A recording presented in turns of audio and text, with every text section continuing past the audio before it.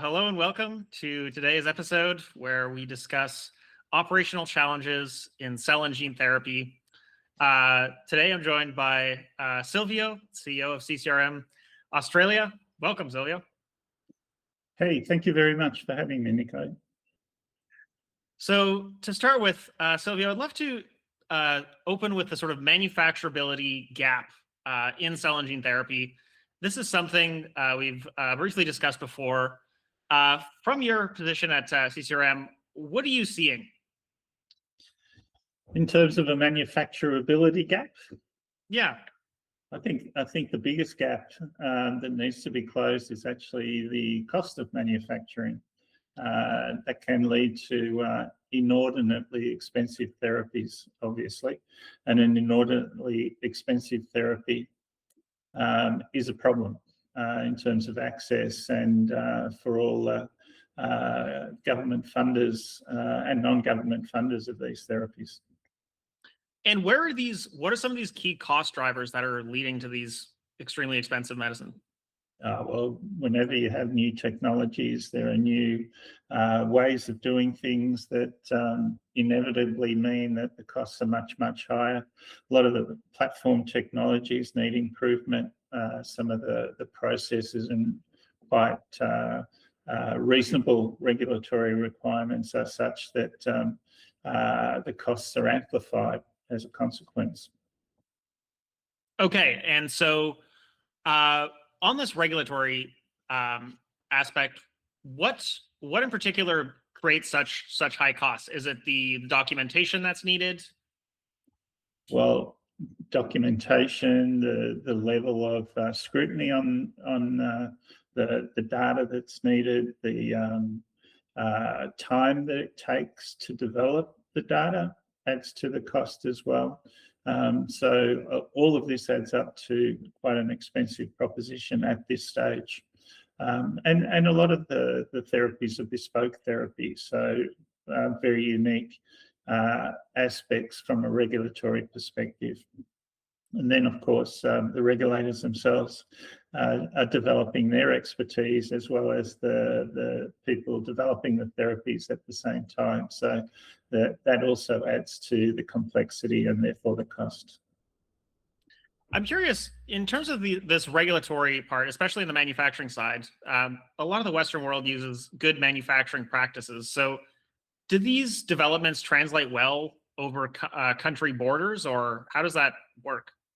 I think there's a greater emphasis on making sure that it does translate well across borders, but there are still quite well-founded reasons for each of the regulators to have in mind their own particular requirements for their own particular jurisdiction.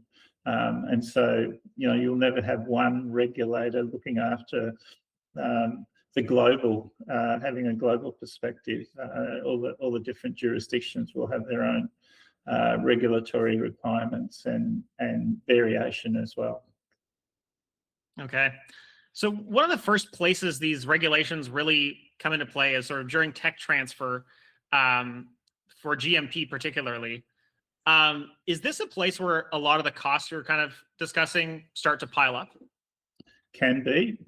Certainly, tech transfer is critical in actually getting the therapy into the situation where it can be manufactured safely. And unfortunately, sometimes the tech transfer uncovers issues associated with the initial thoughts around that therapy by founders. And that creates additional complexity and additional costs as well, which is why we always say that it's very, very important that in the early stages of developing these therapies, these technologies, the consideration for ultimate manufacturing requirements has to be taken into account. And that can increase the cost of developing those therapies, because sometimes it's much easier to develop the ideas without having a close eye on GMP requirements down the track. And I, in a way, can understand that, because that additional cost sometimes doesn't need to be incurred if it doesn't turn out as well as most founders hope it would turn out prior to that tech transfer issue. But nevertheless, we at CCRM in the CCRM group always emphasise early input into that sort of thinking before it gets to the stage where it's too late and things have to change markedly in order for that tech transfer to work well. Yeah, that makes a lot of sense. That if it's not going to work out in the end, that you might be able to skip some of those costs up front. One thing I'm curious about is if the product is going to continue through development, will it generally, from your perspective, cost more to deal with those sort of later down the line? Sure will. It means significant rework of some of that original work that then obviously adds to the cost. There's nothing worse than actually having to go backtrack and do everything again to make sure that it can comply with the GMP requirements. So obviously that adds to the additional cost, not just in terms of how much money is being spent, but the time that it takes to do that. Obviously that delays the development of that particular technology or therapy. And so, in a situation where this rework's happening, how much, as a generic example, how far are we talking? Are we going all the way back to the lab bench here, sort of the beginning of like process development? Pretty close to right back to the beginning, sometimes not as often, not as far rather, but it does, however far back you go, you still are incurring significant costs in working it up in the tech transfer area in order for it to be suitable for manufacturing in a full GMP environment. So it is a cost that is sometimes unnecessary. And I'm curious, is this like from your perspective, a common thing that like it'll go up to tech transfer and then go back and forth a few times, or is this kind of a rare outlier situation? It's not as rare as you would hope it would be. It does happen, but it is getting better. I think there is a greater awareness of this issue now, and people are sometimes making a considered judgment on how far down the compliance with GMP requirements they will take, particularly in the early stages. And there is a growing awareness that this is an issue that can come back to bite you later if you're not careful or if you're not thinking it through. Okay. And I'm kind of curious, do you see this more as a problem of like documenting what did happen, or the strategic decisions at the beginning as to what types of experiments to do? I think there are some strategic decisions that are being taken, sometimes in full light, a full understanding of the implications of that decision, but sometimes in the situation where people are just not aware, and getting good quality advice early on is obviously critical to that. The people developing these technologies at the early stage, the academics, are very good at what they do, but not necessarily have the whole picture of what is needing to be done down the track as well, and don't necessarily have insights into how to take advantage of what they're doing now in order for those technologies to be able to be translated well down the track. Yeah, that makes sense. And do you sort of see this differently depending on the founding team, whether it's more of a, say, if it's a research group, or if someone who's maybe done this a few times that might have more of the regulatory experience? Do you see it play out differently based on that? Of course, it depends on the level of skill and experience of the people involved early on. And you know, as I said, people early on are very good at what they do based on, you know, their background and their experience. But if they're not experienced in this space, then they can make some decisions that can end up costly down the track. Early insights from a range of people is always useful, and academics need to be mindful of, as I said, what is required down the track for their particular technology, and get good quality advice early on, and in fact build into their team not just the technical expertise but the commercialization and translation expertise that's needed. And that expertise at that stage is purely advisory, steering them in the right direction. And okay, so we've got the manufacturability, the regulatory aspects. Are there any other sort of big areas that these founding teams should probably bring in outside advice from? I think it can be a challenge to get outside advice from potential investors, engage with the right people to provide advice on the funding that will be needed, not just now, but down the track, and engage with the right people to provide an understanding that not only do you need money now, but there will be significant money needed as the product develops further, and having a cohort of or a network of people from that aspect of our sector is really critical. Potential investors and current investors being aware of what you're doing, even if they're not in a position to support you now, they will want to know if there's an opportunity to support you down the track, because they're always looking for good projects to invest in. It's difficult to engage with investors when they're not, you know, necessarily ready to invest in you. So having access to that pool of people can be quite critical.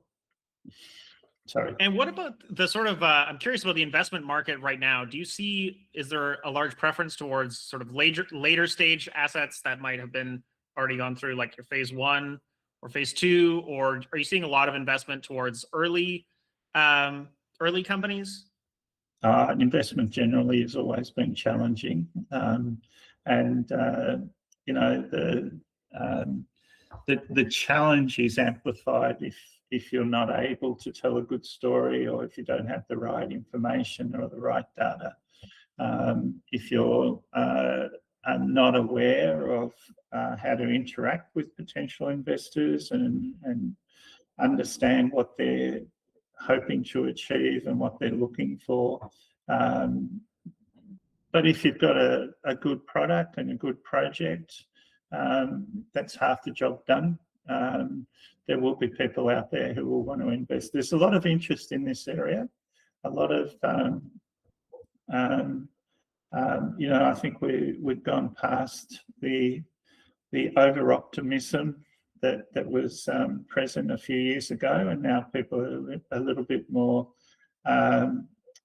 circumspect about what they will invest in, but they will want to invest. And it's about how do you actually engage with the right audience and be able to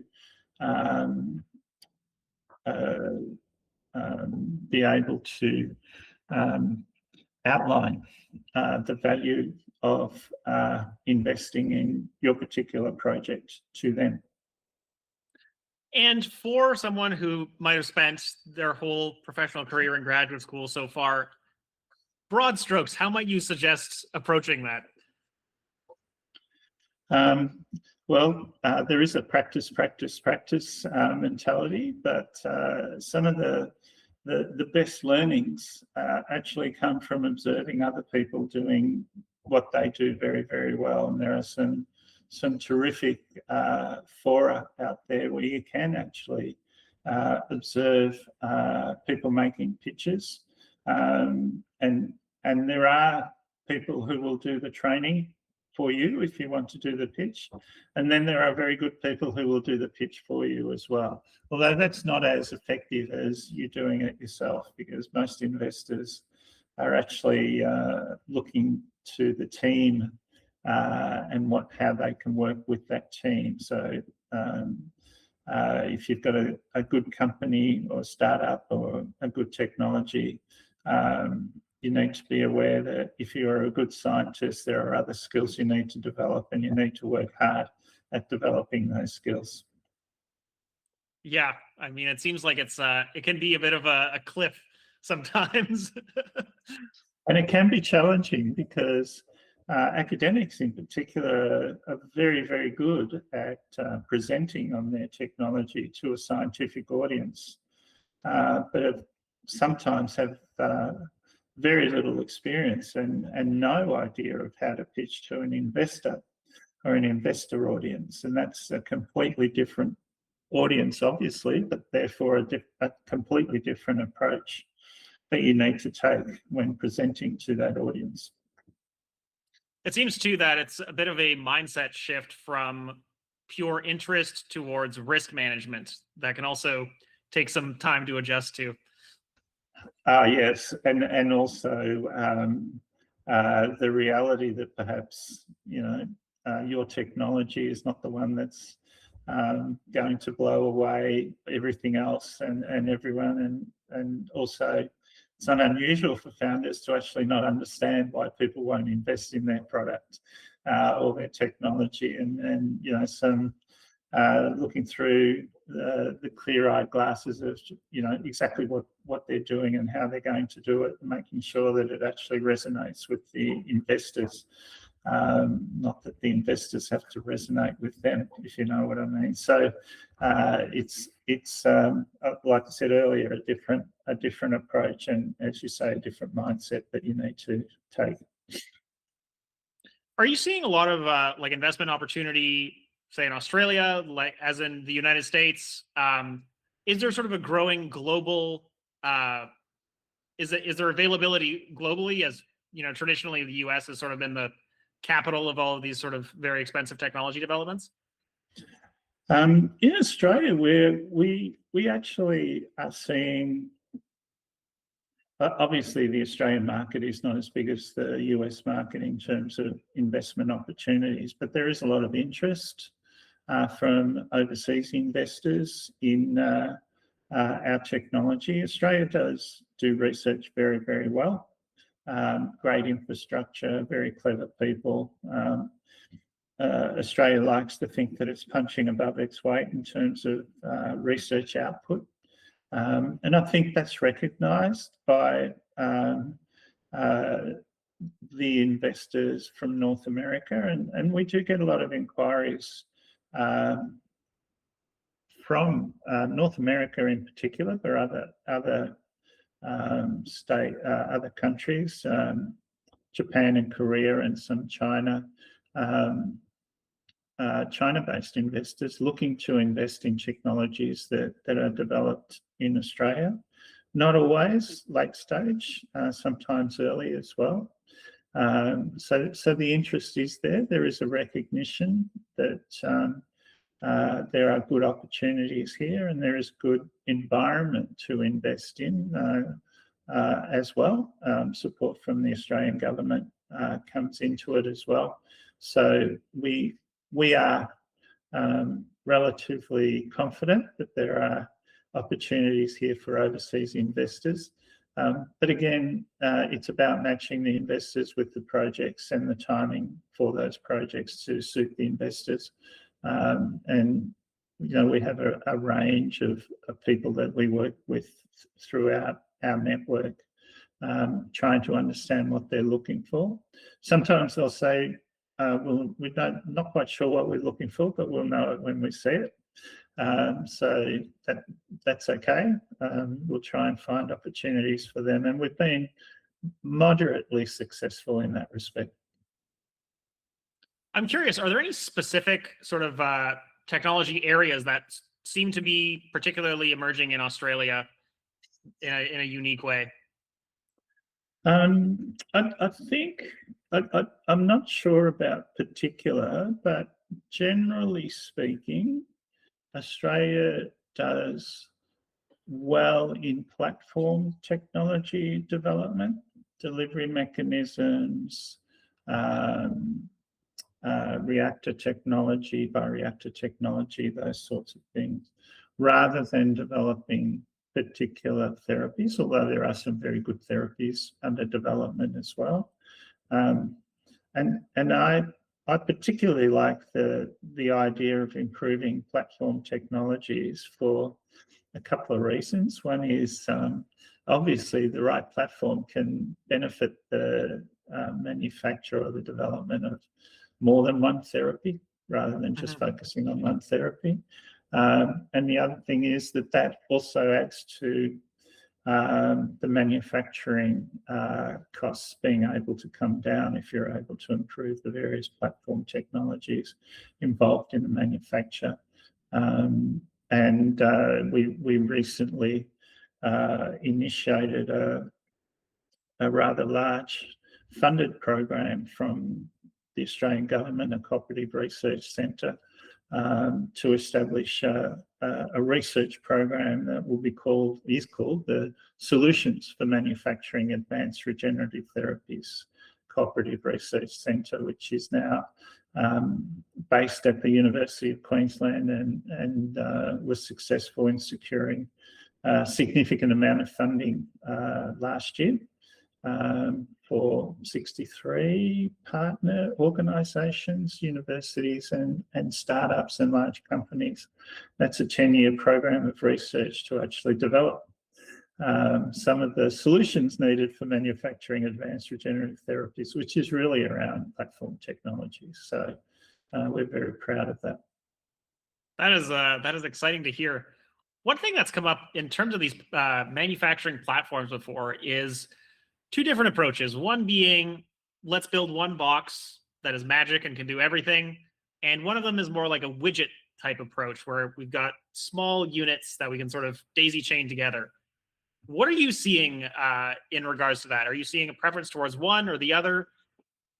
Well, in Australia, it's the widget approach. Some people are very good at developing particular widget. And that fits into that manufacturing chain, so to speak. And I'm guessing that that's actually an easier way to tackle the problem, because you get people who have a particular expertise and interest in a particular technology to develop that particular widget as a platform. And that widget can be used in the manufacturing of different therapies and or by different companies. So it's much more versatile, and being more versatile makes it more attractive financially as well. So I think I'm a widget man, if you want to put it that way. Yeah, I think it makes a lot of sense. And I also see this as sort of a parallel to software, where I think part of the reason software has been, we have been able to build such amazing software over time is because all of these widget tools are available. And most of the products are sort of a sandwich between 2, maybe 3 widgets. So yeah, I hope that this is sort of the direction that cell therapy is headed as well. I think so. And everyone likes slightly different sandwiches depending on their appetite. And people need different widgets depending on exactly what they're producing or manufacturing as well. So the analogy is quite relevant, I think. Yeah, it makes a lot of sense. And in terms of cost as well, one thing that's come up as a bit of an inefficiency in cell therapy is sometimes repeated mistakes. Due to legal reasons, companies can't always divulge what they have tried that hasn't worked, and sometimes this leads to, from certain CDMOs perspectives, a lot of repeated similar mistakes on the R&D level. So I also wonder if this widget approach can sort of reduce that. And yeah. Well, it should. You would think that it would, but I'm not sure. You know, a lot of the development of these therapies are done in you know, with commercial in confidence considerations, and so some of the problems, some of the issues aren't necessarily divulged, and so people do need to repeat things that might not end up working. So it's a vexed issue, I think.